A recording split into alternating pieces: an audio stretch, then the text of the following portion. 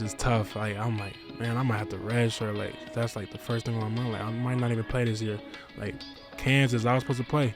Didn't play, not dressed out, like, all this stuff. Like, Troy, I had to play like 5 minutes because TB rolled his ankle.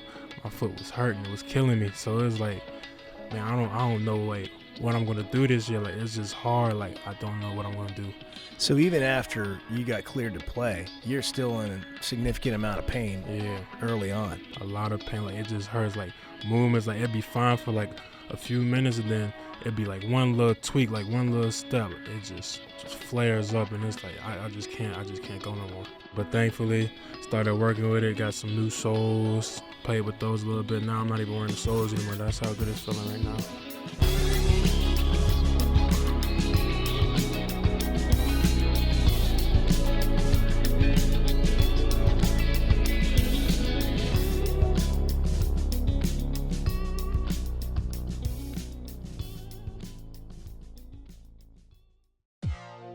Arkansas big man Jonas Aidoo has been one of the hottest players for the Hogs down the stretch. Jonas spins, lays it in, draws the foul.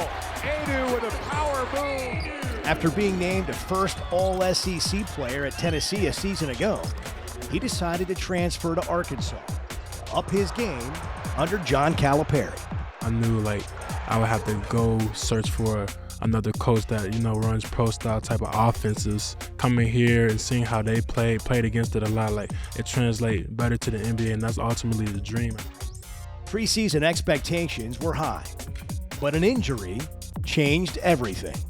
We just said, like a little foot injury, he'll be back, but that's not really the case. Like, I went through surgery. A stress fracture and torn ligaments led to surgery, months of rehab, and doubts about whether he'd step on the court at all this season. People really don't know how hard that is when you're coming off a really good season and you want to bring that to another team, and, like, you're not able to do what you could do. Like, that's really, really frustrating. Now, heading into the NCAA Tournament, Aidoo and his team are heating up at just the right time. It's Aidoo inside. It goes. Aidoo with a left hand puts the Hogs up. We're a shocking team. We're hot. Nobody really wants to see us right now. You don't want to see a lot of teams peak in March, and I feel like we're one of those teams that's really starting to peak in March. From injury to impact, Jonas Aidoo is proving he's built for this moment. Jonas Aidoo! Nice to meet you, man. Nice to meet you, too. How you feeling? Like, foot? Much health? much better. I mean, thought I wouldn't be able to play this year. Thought I was going to have to redshirt. Really? My foot and ankles give me a lot of pain, but thankfully started working with it, got some new soles, played with those a little bit. Now I'm not even wearing the soles anymore. That's how good it's feeling right now. Okay, so I want to walk back on that a little bit. By the way, as we're talking, you're getting ready for the NCAA Tournament. Mm-hmm. And before we go backwards, just what's it felt like the last 3 weeks to feel this sort of the game that you've had that we all watched from afar when you were at Tennessee? I mean, it's a blessing. All glory to God always. I mean, like I said, I didn't think I was going to play this year because, like, how much pain I was going through. Like, sometimes it was just hurting to walk. Like, I couldn't even walk at times. And, like, those thoughts you have when you transfer from a school to another school, you just want to prove a lot of people, even to yourself too, like, what you could really do. And I feel like that was, like, a really tough challenge when I couldn't play at all. And then now I'm able to play with the team and everybody smiling for me, happy for me. And, I mean, like, there's no greater feeling like that. Yeah, that must have been really challenging. Tell me what happened just with the injury. Where did the injury, like, when did it happen? And then what was sort of the process from there? What was it? It was July, like middle of July. We doing summer workouts. I rolled my ankle, and next thing you know, like, think I'm gonna be back like the next week, do a lot of treatment, but swelling was still there and all that stuff. So we got an X-ray. They found I had a stress fracture in my foot that I probably had for like quite some time and never knew. It was like a small little fracture, and it could obviously get worse if I kept playing on it. And then I ended up getting the MRI. They seen like torn like ligaments in the ankle, all that stuff. I don't know all the extra words and stuff like that, but like torn ligaments. So they had to go in there, scope that stuff out, and then put a screw on my foot. So it was just crazy having to hear that, knowing like I knew my game would change coming from Tennessee, like a structured program to where Kyle coached, more freelance type of sets. And I was trying to get my game to translate more to that. And then I was working on it. And then next thing you know, boom, I'm out. It's like 4 months. I'm not practicing, not doing nothing, just doing treatment, recovery, rehab, all that stuff. And then it was just tough. Like, I'm like, man, I might have to redshirt. Like, that's like the first thing on my mind. Like, I might not even play this year. Like, Kansas, I was supposed to play. Didn't play, not dressed out, like, all this stuff. Like, Troy, I had to play like 5 minutes because TB rolled his ankle. My foot was hurting. It was killing me. So it was like, man, I don't know like what I'm gonna do this year. Like, it's just hard. Like, I don't know what I'm gonna do. So even after you got cleared to play, you're still in a significant amount of pain. Yeah, early on. A lot of pain. Like, it just hurts. Like, movements. Like, it'd be fine for like a few minutes, and then it'd be like one little tweak, like one little step. It just flares up, and it's like I just can't go no more. So what were you doing to try to help that?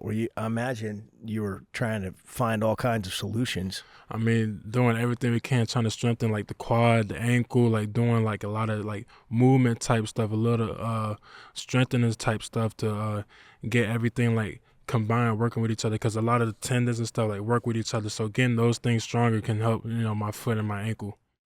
And you mentioned soles, like special the soles. So we probably tried. It was one day actually practicing here. I had like a little workout. We was trying out soles. Probably like 5 or 6 different soles we went through, and then we were cutting it out, like putting like a little foam piece on my foot and wrapping that around with the ankle tape. Just a lot of stuff. I still do that, like wrap my ankle. Matt wraps it good, and then he puts like a little foam part on my foot right here, just over that little incision where the screw is at, so like it won't bump against my shoe and it create a lot of friction and hurt. So pretty much the whole season, until the last few weeks, I guess, and we'll get into that specifically, but you've been trying to manage pain. Even though you're cleared to play, you're still hurting. Yeah, I still feel it for sure. Like, a lot of players, like, they're never 100%. So, like, I definitely have to sit down and have that conversation with coach. Like, you're not going to play 100% healthy. So, you're going to have to eventually get out there and do stuff. So, that's what I did, knowing, like, it's still some pain, but, like, even at Tennessee, I had a lot of knee pain. I was still playing through that, but it was like the foot, the ankle. It's just different. Like, it was a different type of pain going through all that stuff. Yeah, I can imagine. And so when did you kind of get it figured out?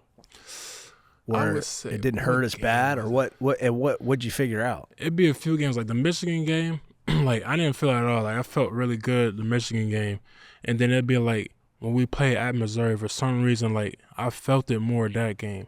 That's like the confusing thing. Like, I don't know what really triggers it to go off like that, and like what triggers it to make it feel good, like how it was in Michigan. But right now, we're in a great spot right now. Like, it's been consistently good, and I just want to stay there. So it's been like a month or so for you, maybe? I would say that like about a month for sure. Wow. I mean, has that had anything to do with your minutes? Or has it been just because you were kind of behind and weren't in the groove and all that, or was it a combination? I say a combination. I would say because before I couldn't really go for blocks that I could usually go for, a couple of rebounds I usually go for, but now, my body, like, I feel like it's just allowing me to, fly free on the court, get those blocks, get those extra rebounds on the court now for sure. It must have been incredibly frustrating. Man, you don't even know, like, you just have so many thoughts, like you hear a lot of stuff too. You trying to stay away from it, like, when is you gonna play? Oh, this down the third, like, you just hear a lot of stuff. And then, like, with your family too, like, they feel for you, like, they're kind of far away. Like, Tennessee was a little closer, so they're far away. Like, they don't know what you're dealing with. Like, you're alone most of the time. You just hurting, like, can't play the game that you love, put all your blood, sweat, and tears into. So it's like, it's just hard, like, just seeing everybody, playing and stuff like that. You want to be out there having fun with them and working hard with them too. So it was definitely like one of the hardest things I've definitely been through mentally for sure. So what'd you do to get yourself through that? Just think of the positive things. Like, I'm always thinking it could always be worse. Like, I could, like, not play basketball for the rest of my life. Like, I still have an opportunity to, control what I can control, help this team. Like, if I'm not playing, like, on the sideline, trying to, like, feed into what I know already with SEC playing, stuff like that, bring it to my teammates. Like, just little things like that. Like, but the main thing was, like, it could always be worse for sure. Did it hurt to hear people second guessing, like, what happened to this guy? Like, he was all conference at Tennessee. That's what Arkansas thought they were getting, with hardly any mention of your foot. It's like it got mentioned and it got talked about, and then we sort of forgot about it. Yeah, absolutely. It definitely did hurt because we tried to keep it on a low and not, like, scare a lot of people. And then, like, once it got to, like, exhibition time and I wasn't playing those games, people started to get a little worried. And then we just said, like a little foot injury, he'll be back. But that's not really the case. Like, I went through surgery. I got that in August, and I've been going through it. I'm not gonna lie, it was hard. Like, people really don't know how hard that is when you're coming off a really good season and you want to bring that to another team, and, like, you're not able to do what you could do. Like, that's really, really frustrating for sure. So how have you been able to sort of get your, no pun intended, your footing underneath you and kind of fit back in and then start having the impact like you had at Tennessee? I would say stick to the training, like getting in the gym, doing what I can do, and then getting as much treatment and recovery and rehab I can to make sure my body's good, because I know, like, my body's my biggest investment for sure. So as long as I keep my body good, I feel like I want to play to the best of my ability every single time. I bet it feels good. It feels great. I'm just so glad I'm able to go out with the team and help win games. Just go out there, have fun, just with a smile on my face. Like, I'm just so thankful for it. All right, like, tell me about your game. So if I'd never seen you play and I just ran into you, all right, what kind of player are you? I'll just say, like, a connector. I just want to connect everybody, be a big that can rim protect, rebound, finish down low, step out, shoot the mid-range. I'm trying to, display the 3-ball. I can shoot the 3-ball for sure, but display it some more for sure. But pretty much a versatile type of big for sure. It seems like you bring a lot in the pick and roll game. Mm-hmm. We work on that a lot. We work on that every day in practice. The 5-on-0, we get to a pick and roll, get it back to the guards, a lot of handoffs, just knowing, like, who you're playing with, what type of passes they make, what type of reads they make. Just knowing your guard helps with me as well too, telling them where I'm with the ball and stuff like that too. So that connection, like, with me and DJ, me and Boogie when he was here, now he's going to be back, thankfully, me and Billy when he's on the ball too, like, we all have our own connection when it comes to the pick and roll. When you have the ball in the paint or on the block, it seems like you could finish pretty well with either hand, and it doesn't matter. I say thank you to Kenny Payne, but okay, tell me more. I mean, he works us. He works us hard. Me, ZTB works us hard, and the dude when he was here, we worked us really hard. So I give credit to him too. And then shout out Vivica. Around, I would say fourth, fifth grade, I was playing with my left hand. Like, I started shooting my left because I'm really left-handed, but I always shot with my right because I seen other people shooting my right, which with their right hand. I thought that was the right way to shoot. So then she made me switch to my left, and so I played 2 years, probably 2 or 3 years basketball, just straight left-handed, shooting left-handed, all that. So that's where my ambidextrous comes from. So who did you shout out? Vivica, that's my cousin, but I call her my aunt. Okay, all right. And helped you when you were a kid? Mm-hmm. Okay. For sure, definitely does. Want to make sure we have the context on who that is. Mm-hmm. Wow, so you got tricked into being ambidextrous? I would say so, but it's like other things I do not too. Amphibious. Not amphibious, ambidextrous. Yeah, ambidextrous. I do a lot of things on my right hand too. Like, if I'm playing something or, like, holding something, like, I do on my right hand a lot, but, like, I'm really left-handed. I was kind of wondering, and then but I watch you shoot free throws or jump shot, and I'm like, oh, he's shooting with his right hand. That's what everybody thinks. Yeah, for sure. But I was surprised at how much you would shoot with your left hand, and it looked like it was very natural. It's just the go-to bread and butter around the basket. Yeah. And I mean, and I don't know what your finish rate is on the block, but it's been high. Like, when you've had these double-doubles here late in the season. Mm-hmm. I mean, it looks like you've got a lot of confidence. I do. I definitely do. Shout out to my coaches and my teammates for pouring that all into me for sure. What were they like in this period? I mean, great. They all kept my head high, like, always laughing and smiling, just keeping me, engaged in whatever is going on, like, not leaving me out with anything, knowing, like, I'm going to be back, I'm going through a rough time. Everybody goes through rough times, but they're always going to be here for me. Let's go back to Coach Payne. He was has been known as the big man whisperer. Mm-hmm. Why did you come to Arkansas from Tennessee? You're in a good program. Mm-hmm. Coach Barnes is well respected. Mm-hmm. And it doesn't sound like you were unhappy. Yeah. What was your decision about? Yeah, not a knock on Tennessee at all. Great program. Glad I went there for the 3 years. But, transitioning to the pro style of basketball, I knew, like, I would have to go search for another coach that, runs pro style type of offenses and, like, establish that. And I feel like, coming here and seeing how they played against it a lot, like, it translates better to the NBA, and that's ultimately the dream at the end of the day, is going to the NBA, having a career there. And that was the main takeaway from all of the transfer portal talks and all that stuff. So what was it like getting to know Cal and coming into Calipari coach program? It was great. I mean, he came to me. He was honest with everything. Like, didn't lie about nothing. Like, that's the type of person he is. He overcares too. Like, he really cares about all his players, coaches, everybody he runs into, even the people we go into on the road. Like, they helping us, like, eating stuff. Like, they giving us the food. Like, he tips them. Like, he tips everybody. Like, he treats everybody with respect. Like, he just loves everybody and cares for everybody. So that was, like, the main thing I took from him. Like, he's a great human being for sure. And then Kenny Payne being part of the staff. Did you know what kind of reputation and who he was as a big man coach? Yeah, because I played with Brandon Huntley Hatfield at Tennessee my freshman year. He went to him at Louisville, and as soon as I came here, he said, KP gonna get you right. Like, he gonna work you. He gonna get you right. And I was like, oh Lord, like, I don't know what to expect, but he definitely did the good hard work for sure. So that's paid off for you. Yeah, it definitely has. It definitely has. So thankful for that. Yeah, so you give him a lot of credit for that. Absolutely. And you're right in the middle of it now, right in the thick of it. I imagine just the way you're playing too, like, not thinking about your foot is probably a big deal, because when it's kind of nagging in the back of your mind, you just feel like different confidence-wise. Yeah, like, I'm not thinking the same mentally. Like, I don't want to jump off my right leg. I don't want to move a certain way because I know this certain movement is going to hurt it. So it's like thinking of things like that, even like how it was in practice. Like, it was just hard. Like, trying not to think about it because it's just like a signal, like, right there in my foot. It's like, don't do this, and it's like, don't do it. Like, you're scared to, like, it's going to hurt if you do it, so don't do it. Let me just dig in on defense for a second. What's the key to being a good defender and a rebounder at your position? I feel like it's all about timing and knowing your personnel too.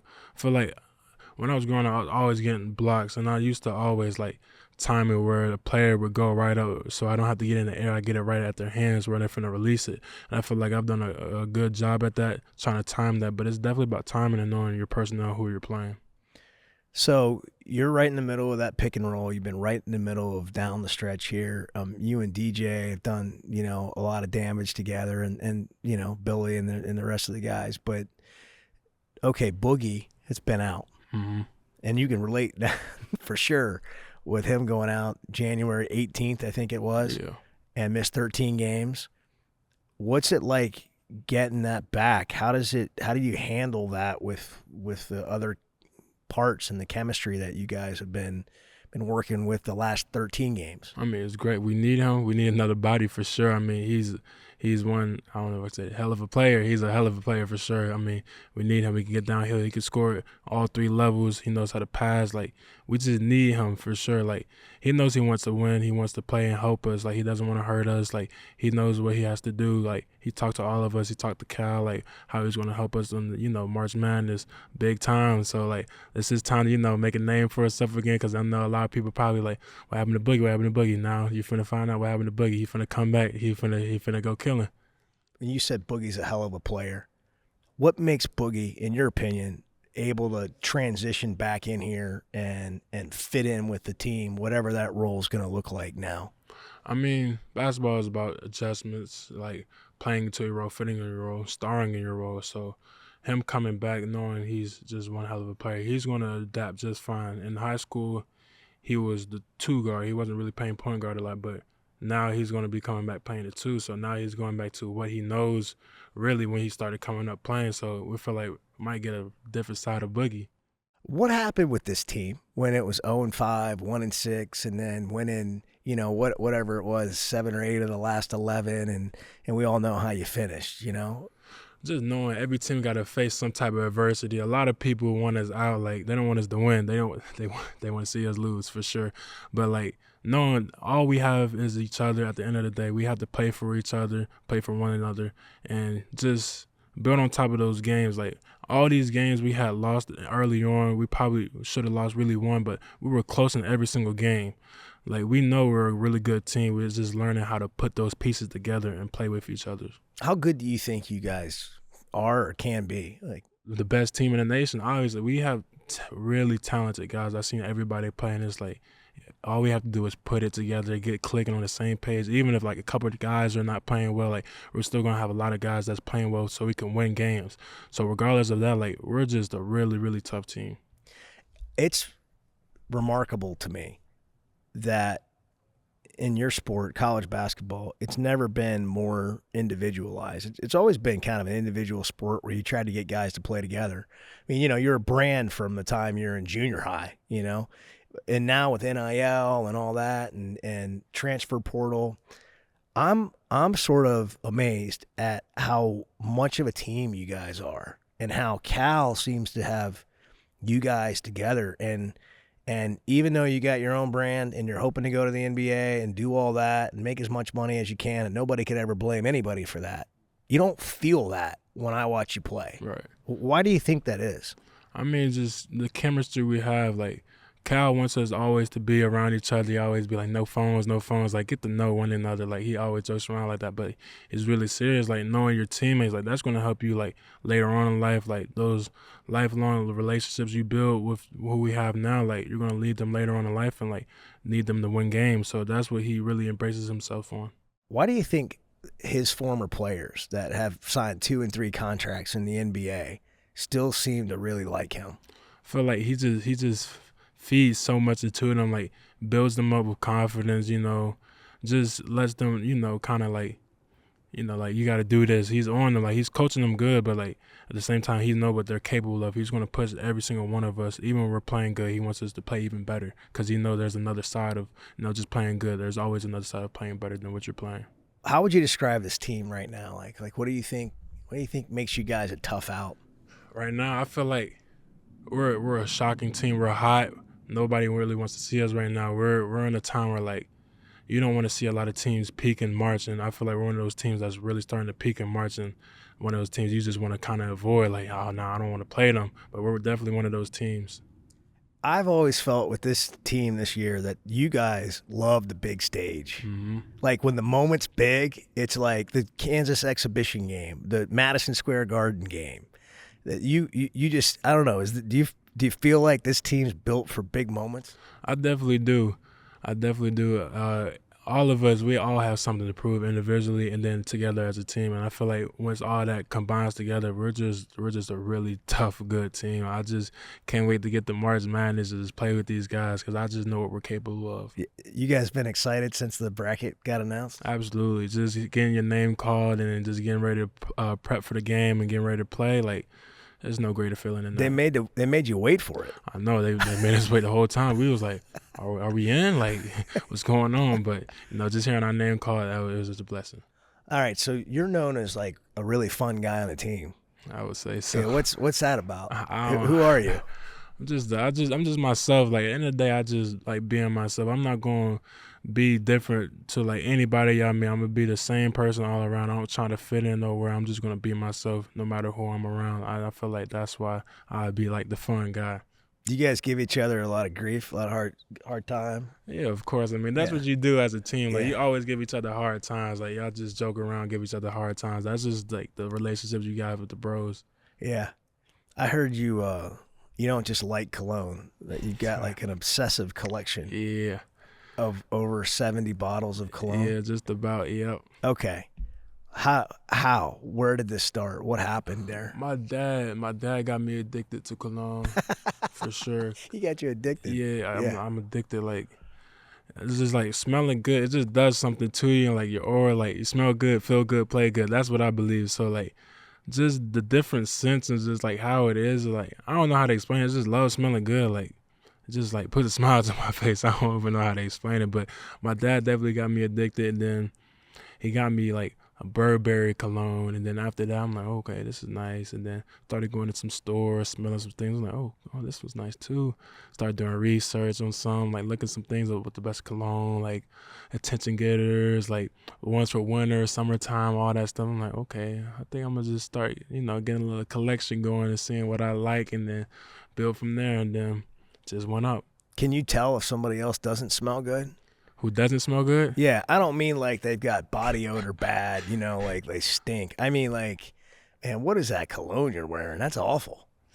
I would probably like the cologne that smell like there's for old people. Like there's some cologne that smell like I don't even know, like bathroom water. Like it's like aftershave. Yeah, like it's like it's some weird like scents. Like those are like the weird like nasty ones. And sometimes those tobacco ones too. Like some of them be like too tobacco-y and like it just smells like ugh, like I don't know. Like, yeah, you're a connoisseur. Yeah. What about like girls? Like if they, I mean, do you like have a distinct smell? Like boy, that girl, I can't even be around her because that just smells too off. Or man, that smells really good. I don't know. I smelled a lot of good women's perfumes. Like they have a lot of good ones. I feel like they don't really have a lot of bad ones though. They don't have the tobacco ones on the No, female side. they definitely do. Like the cherry ones, some of the cherry ones, like that's just me. I don't really like the cherry type smell, but some of them are good. But like the ones because they're pretty good. Man, you make me paranoid. When you're walking around like, Yeah. It's like when you're in one of those fancy restaurants or a club and they got like 10 of them lined up in there. You're kind of like, I don't know. But that like the Old Spice aftershave, I feel like that's not in your lane. Nah. Are you a big body wash guy? Like different body washes, or do you kind of stay on the same lane? I try to stay in like the vanilla, coconut, fresh type of side. I don't try to do too much with like the cool, citrusy type of body washes. I just like to be like vanilla, clean, like antibacterial, like all that type of stuff. My man's got hygiene. Like I got it down pat. This dude right here's the cleanest guy on the team. Yeah. That's so cool. That's great. So do you wear cologne when you're playing? I don't. I don't, because it was one game I sprayed it before it came at Tennessee. Coach Barnes told me never to wear it again because it was probably one of my worst games I've ever played. So I definitely haven't for sure. But in the mornings, like I spray it, but like right before the game, I'm not gonna spray no cologne. All right. When your time as a Razorback is over, whenever that ends up being, how do you hope fans remember you? Just someone who gave it their all, and someone who fought through adversity to be here and like try and make winning plays on the team and get this team to a national championship. Want to put banners up, get to a Final Four at least, like do something really big, especially Kyle's first year being here. Like just be remembered as a good person, smile always on his face, and just a good person.